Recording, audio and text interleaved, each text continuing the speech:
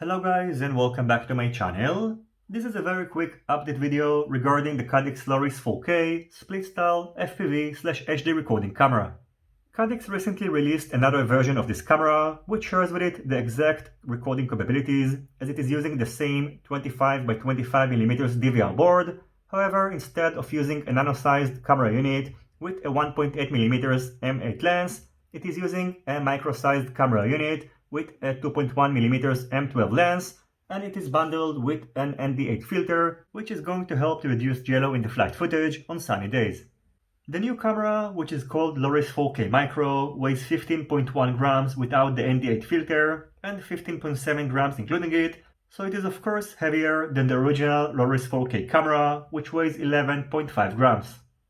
As I mentioned before, the recording capabilities of both cameras are completely identical, so it can record up to 4K videos at 60 frames per second, and it is actually upscaled from 3.5K into 4K.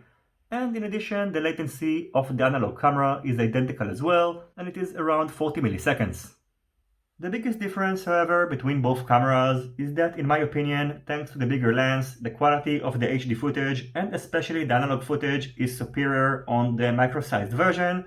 And in case you are interested in a side-by-side comparison of both cameras, please let me know in the comment section down below and I will do my best to make it happen.